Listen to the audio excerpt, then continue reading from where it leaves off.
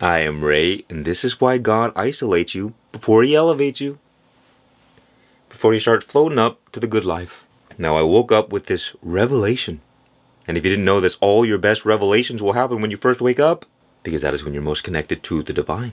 And the reason this came to me was yesterday I was at a rock concert called Aftershock, and I was doing a lot of observing people, just looking at them. Strange individuals. Very strange. But that's not the point.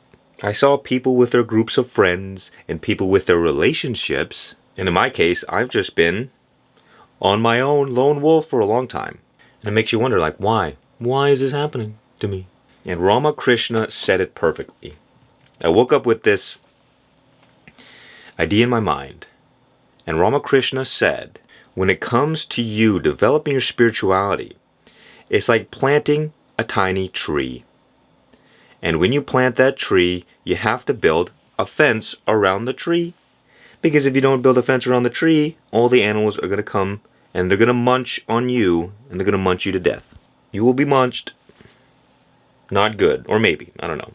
And I realized really, really clearly that one of the worst things that can ever happen to you is getting in a relationship if it's the wrong one.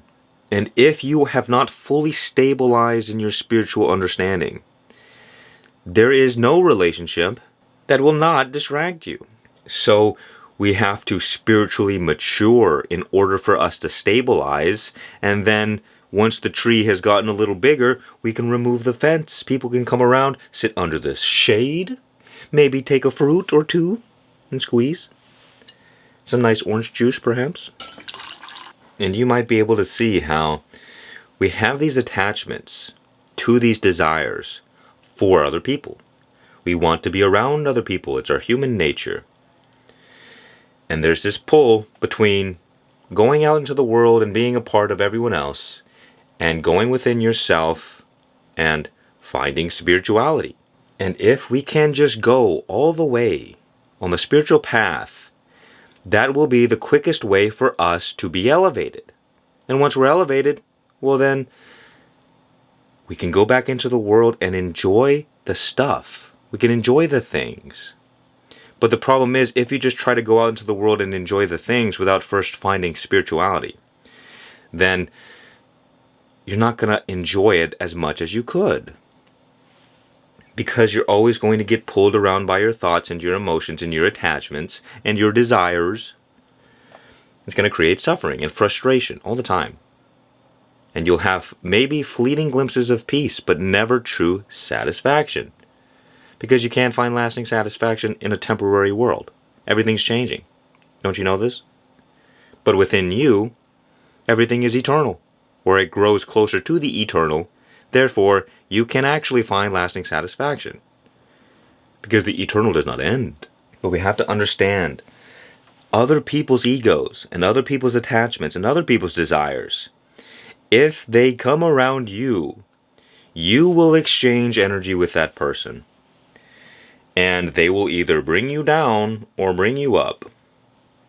Or mess with your energy, which will prolong the thing that actually matters. That is wisdom. That is finding your true nature. That is finding God. However you want to look at it. Because the temporary pleasures you get from relationships and friendships is nothing compared to the everlasting pleasure of the heavens. But we don't recognize that. Maybe we just don't know. But once you realize what's going on, it's a little bit easier to kind of relax and say, okay, it's just a season of being alone. But once you grow, your roots go deep, and you start growing limbs, all right, Stubby, then you can freely do as you please.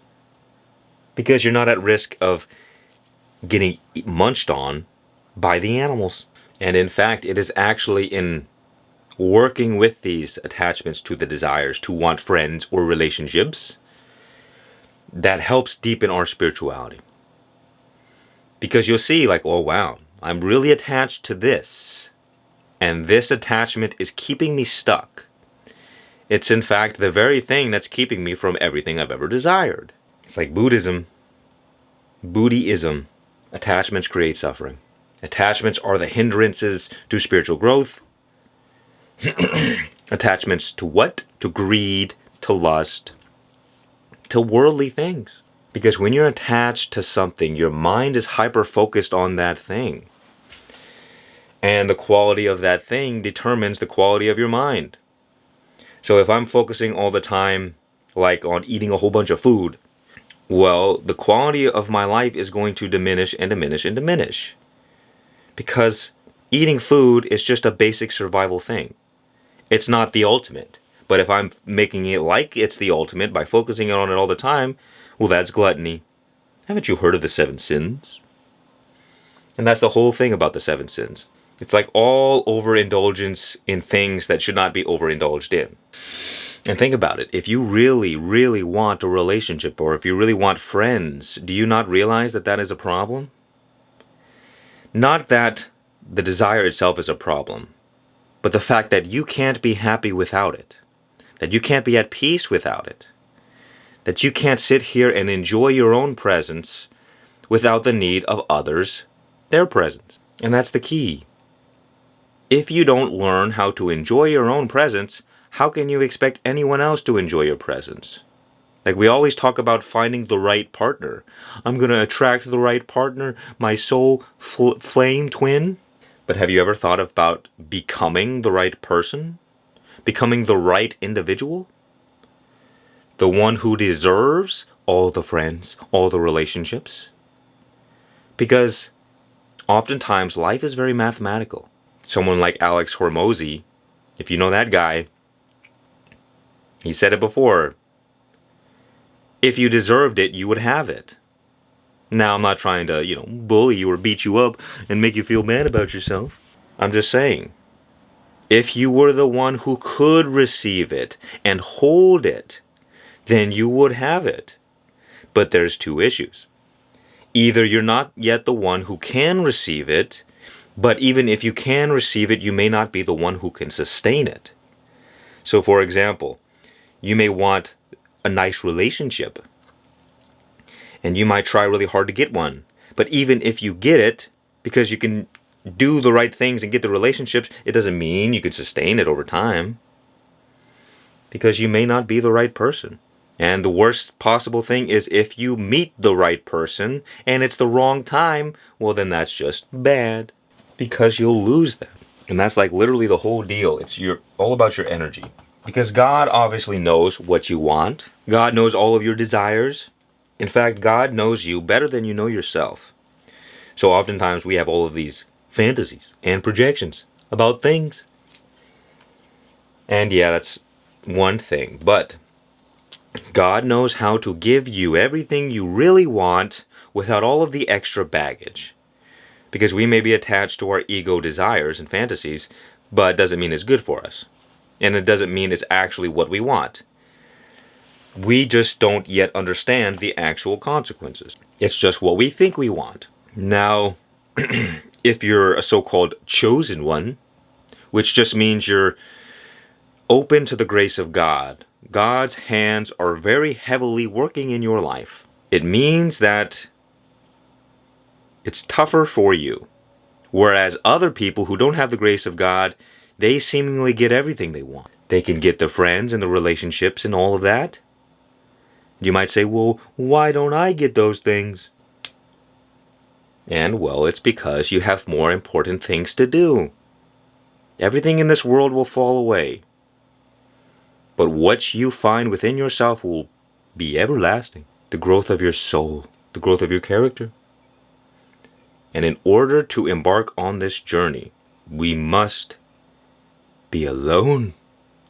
Because when you're alone, you reflect. And when you reflect, you become more aware. But when your attention is being pulled around from the world, you're not as much focused on yourself. Your mind can only be focused on one thing at a time. So we, again, have to build that fence and protect ourselves from the world of 10,000 things that is trying to always grab your attention. But in silence and in stillness and in isolation, while you are alone, there is very little things to focus on. It's just you and God, and that's the key. Because if you were to have those friends, if you were to get in that relationship, your attention would get split. And your mind, your focus, would become weak. The mind is really good at focusing on one thing. The mind is really terrible at focusing on 2, or 3, or 4. Think about it. I see it all the time. People live too much. Like, they don't ever stop and reflect. They're just living. They're just going for it, winging life. And you see how much problem this creates for people. Because they get themselves into situations that they didn't actually understand what they were getting themselves into, and now they have to deal with all of this baggage, all of this nonsense, all of these problems. They get themselves in a bad spot and then spend the rest of their lives trying to remedy their mistakes. It's not actually living. But when I look at my own life, being a naturally introverted human being, I've had a lot of caution before taking action in the world. So you have the extroverts, not saying one is better than the other, but you have the extroverts who more likely take action before they think. They're just living in the present moment, doing their thing. Not a bad thing, but there's problems. The introvert has the same problems, but the opposite. The introvert thinks before they act, but sometimes they think too much. You got to find the balance. But fundamentally, the biggest mistakes of your life will come from moving too quickly, from acting on a temporary emotion. Like, for example, if you get into a relationship, whether you're a man or a woman, then someone gets pregnant. Then you're spending the rest of your life dealing with that. Not that it's a bad thing, it's just now you're dealing with it. Now all of your attention is focused on that.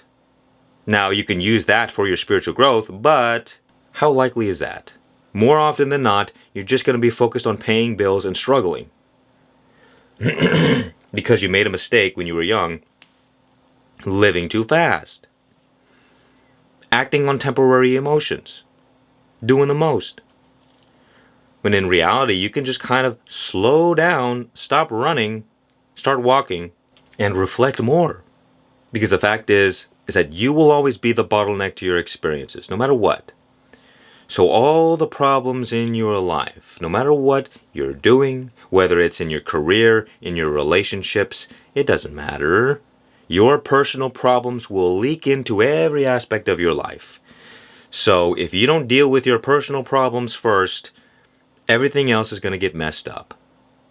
But if you focused 100% on your personal problems, fixed your own self, then everything else would work out far more smoothly. Because you wouldn't be making decisions from negative states of consciousness. For example, if you have a strong attachment to desire for a relationship, any kind of relationship, doesn't matter. Think about what kind of energy that's giving off. You really, really, really want it. And because you don't have it, you're suffering. You're frustrated. You're irritated. Completely normal. But let's say you just try and brute force reality and say, screw it. Because you can do that. You can forget everything and say, I'm just going to do whatever I want, and that's the end of it. That's the power that you have in your mind. So you just say, I'm going to go find a relationship. I don't care what anyone else thinks. I don't care if it's right or wrong. I'm just going to go do it. Well, you entered into that relationship from the energy of lack and scarcity. The whole foundation of it is now built upon something that is weak. So from the very moment the relationship started, it was going to fail. And then months later, or even years later, we wonder, oh, why did this fail? Well, it failed before it even began. That's a rough thing to think about. But it's like a tree. If the roots of that tree are not grounded in abundance of nutrients, and all the things it needs to grow, well then what do you think the fruits are going to be like? The fruits are going to be weak. The more the tree has all the right nutrients, the bigger it gets, the better the fruit. The less nutrients it has, the weaker the fruit, the smaller the tree. So you can tell whether or not a relationship is going to work out by the intentions or the pretense in which the relationship was founded. Did you get into a relationship because you were lonely? Because you couldn't bear being with yourself? Then what do you expect?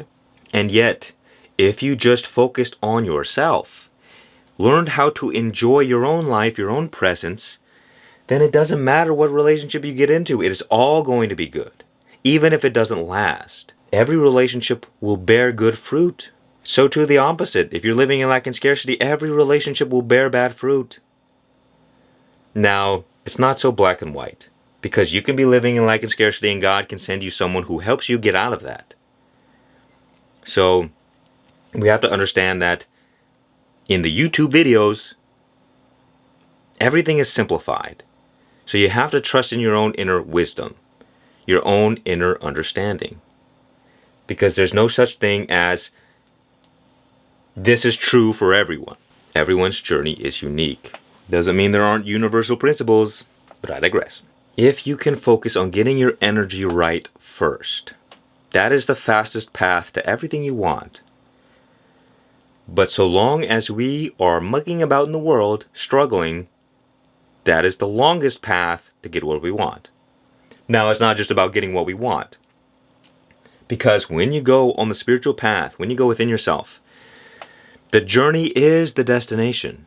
So, on one level, when we're living from lower consciousness, what that looks like is, I have desires, I want to get these desires, I'm going to go get them. When you start elevating, when you start going within yourself, you realize what I want is already here right now. It's not in the future. It's not outside of myself. It's not outside of you. So God will teach you to love yourself before He sends you the right person. And if you just decide, well, I'm going to do what I want anyway, well, then God will send you a lesson to remind you to love yourself. And you will attract someone who does not love you. And that is why people get in toxic, abusive relationships. Because if I feel unworthy, I'm only going to attract someone else who's going to reinforce that feeling of unworthiness. So save yourself years of heartache and suffering by taking a little bit of pain up front, by being alone, and learning how to love yourself. Because no matter what you do, if you have feelings of insecurity, if you have feelings of unworthiness, it's okay. But just realize that that's going to affect every other aspect of your life, especially relationships. If you feel lack and scarcity, it's going to influence other areas of your life. So too, if you can just feel good now, then every other aspect of your life will be greatly improved. Because you will have changed the bottleneck. You will have opened yourself up a little bit more, so that every other aspect of your life gets affected positively. And all the, manifestation people, they say it all the time. The fastest way to get what you want is not needing what you want. The moment you stop wanting it, the moment it comes into your life. Because attraction and repulsion is the dynamic between pushing and pulling, negative and positive. Magnets. You like magnets? If you're chasing, if you're trying to get, naturally the response from the other person is pushing away. Because nobody likes to feel like you're trying to get something from them. And that's what it's like when you're living in lack and scarcity. It's repulsive energy. So you might wonder, why aren't these people like me? What's going on? Not realizing that you're trying to steal value. You're trying to steal their energy because you feel fundamentally lack and scarcity. You do not feel like you are enough as yourself. So you have to go and get from others. And that's what people experience. And that's why the more someone is attached to what they want, the less they have it. But what happens when you don't care anymore? What happens when you don't need it? You may even be pushing away. Well, now you're living in abundance. And now others want to be around that abundance. So you effortlessly attract people into your life. Because people want to be there. If you have to force people to be in your life, why are you doing that? It means they don't want to be there. And why would you want to be around someone who doesn't want to be around you? So we find ourselves in this liminal space, this in-between, between the world and between God. You see all the worldly people getting what they want, and it's like, you're a little bit jealous. How do they get what they want? I'm not, I'm better than them. I'm spiritual. And they're all worldly monkeys. You realize that this is not the way. So you go within yourself, you find spirituality, you find what truly matters. But there's a process. There's an in-between space where you're not really aligned with the world anymore, but you're not really aligned with, you haven't stabilized in your true spiritual wisdom. So there's a little bit of patience that is needed. Realizing what you're actually experiencing, the journey that you're on, and just keep moving forward. Keep learning to love your own self, your own presence. And be aware of all the unloving thoughts, all the unloving actions. And you can see why we need to be alone during this phase. Because you have to be painfully aware of all the ways you're being unloving toward yourself. And you won't be aware of those things if you're being distracted by your external circumstances. You got to be aware of your unloving thoughts. Every time you start talking negatively about yourself, you ask yourself, do I want to keep feeling this bad? Because at the end of the day, we do it to ourselves. The only reason we feel unloving or unworthy or low self-esteem, whatever, besides the fact that we've been conditioned, we allow negative self-talk. We allow negative stories about ourselves, about the world, and we are the ones who entertain them. Did I say that right? At any time, you can stop talking badly about yourself. If that's the case. It may not be. Just saying. And you see, God will always make up for lost time. Because God is beyond time. And if we're living from time, well, we get upset and confused. Why aren't things going the way I want? But we have to realize that in an instant, everything can change. Once you get comfortably over here, God can effortlessly give you what you want. Because you are no longer getting in the way. You're no longer allowing the fear and worry and the lack and scarcity to mess up your energy. So now you can actually receive and hold your desires. But until that point, getting what you want is going to destroy you. It's going to make your life worse. Like winning the lottery. Like so many people think that if they won the lottery, their life would be better off. Because they hold this struggle with money as their God. Oh, money is everything. If I just had more of it, then everything would be better. But 99.9% chance it would ruin your life.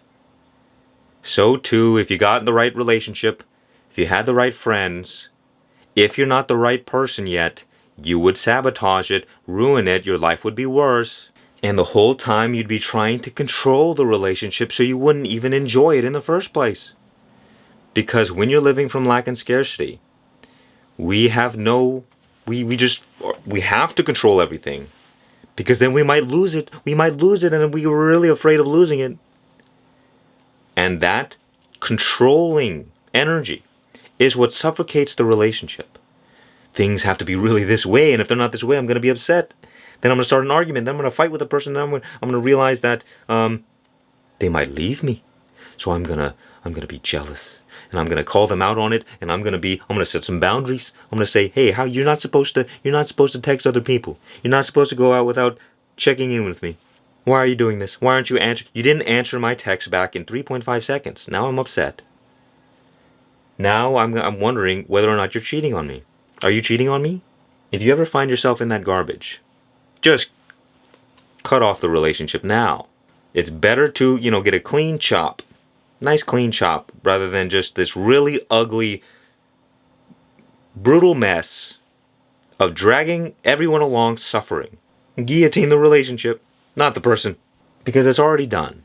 If you find yourself having strong feelings of fear and worry, and even shame and guilt, and finding yourself being jealous of the other person, either you gotta get your stuff together real quick, or take the time to figure out your garbage.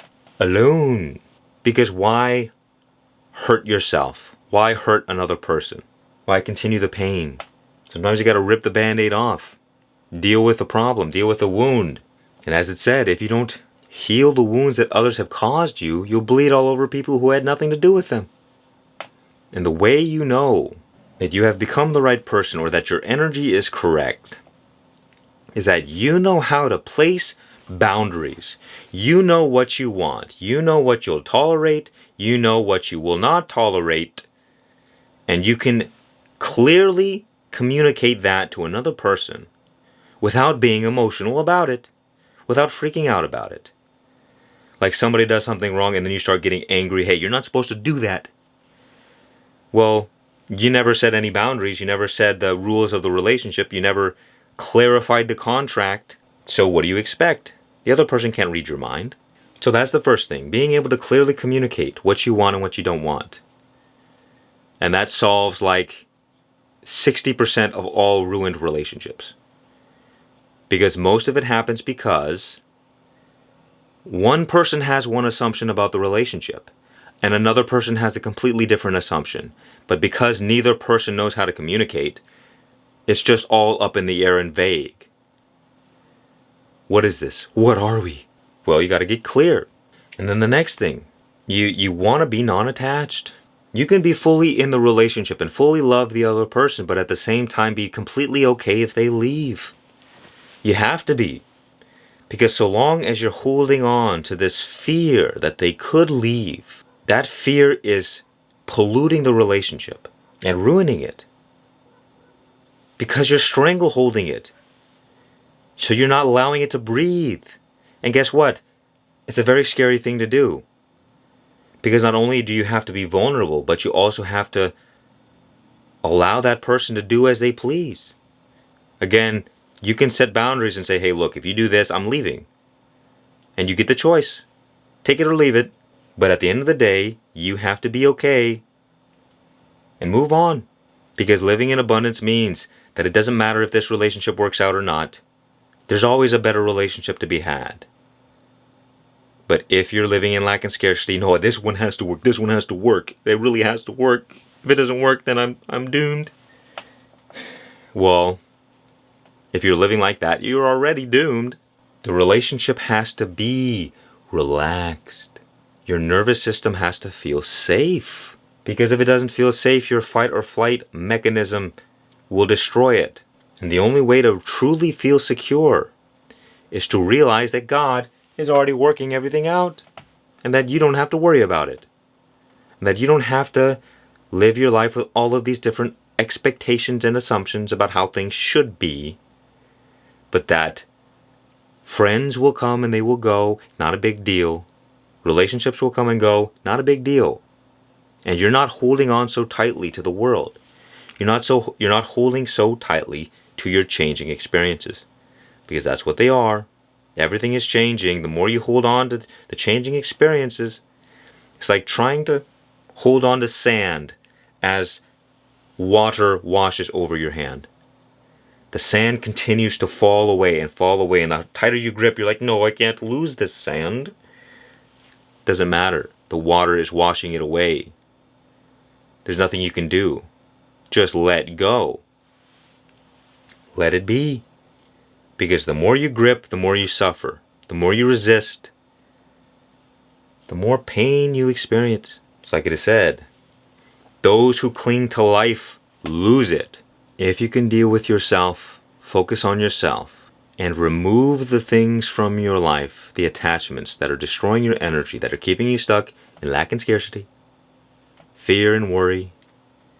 Once those things are gone, they're gone forever. But if you're going out and living your life and those things are running in the background, those things will be there forever until the day you die. So you have to deal with them at some point. And a lot of people distract themselves from having to deal with those things. But they just get bigger and bigger and bigger until it blows up in your face. Doesn't matter what's happening in your life right now. You have to pay attention and reflect to your own self and how you're dealing with the situation and your thoughts about it and your attitude. And asking yourself, well, is my attitude right? Is my attitude making my life better? Are these stories that I'm telling myself making my life worse? And you just become more and more aware of all the ways you're just shooting yourself in the foot all the time. with these stupid thoughts, with these stupid stories about yourself and about life and about others. And once you can stop ruminating on those stories and just be relaxed and okay in the present moment, just being yourself, not needing anybody else. Well, you can want a relationship, you can want friends, but now you're coming from a place of safety and security and abundance.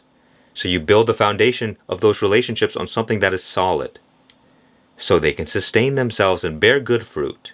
You have to stop settling for less, because that is the doom of almost every person on the earth.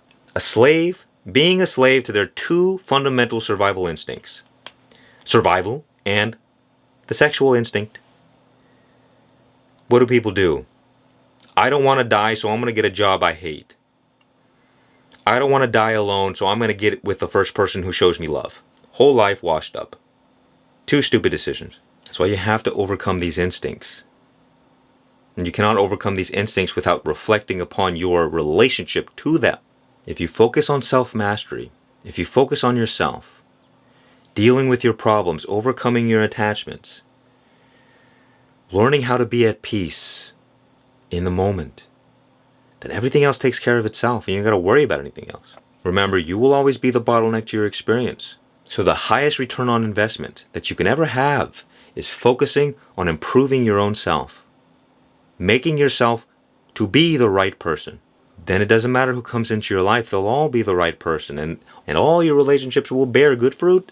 But if you're living in lack and scarcity, fear, worry, jealousy, all these fearful, lower negative states of being, then no matter how hard you try to make the relationships work, they will fail. And in fact, the harder you try, the quicker they will fail. Because every action, every thought will be filtered through this fear or jealousy or worry. So the more you do, the quicker you destroy everything. So stop it. Don't do that. Prioritize your life. Realize what God is doing. God is shaping you into the individual who can hold and receive everything you've ever desired in this life. And if you can look at the horizon, at this vision, at this dream, it will help you not get so upset at not having all the worldly stuff. Because you can realize that there's something far better awaiting you. And that people with their little temporary pleasures are not having as much fun as you think they are. Most of them are pretending. They're desperately trying to convince themselves that they're happy when they're not. And if you are a chosen one, God will not allow you to subject yourself to such littleness. Because most people in the world are beggars, eating scraps of poop off the floor, engaging in all these different temporary pleasures because they think that's what they want. So God is inviting you through your isolation season to come and feast in the kingdom of abundance and enter into your true royal nature, the version of you that has everything, that does not need, that is not living in lack and scarcity. And once you have found this, the temporary pleasures of the world seem insignificant, but now you can enjoy them without being attached to them. And everything that comes after this will be good and bear good fruit. So it doesn't make any sense to get lost in the world of 10,000 things because there's nothing for you there. And until you realize that, you won't embark on this journey. As Jesus said, seek first the kingdom, and then everything else will be added on to you. The story of our life. I am Ray. Visit my cool store. Much peace and many blessings. And remember, just be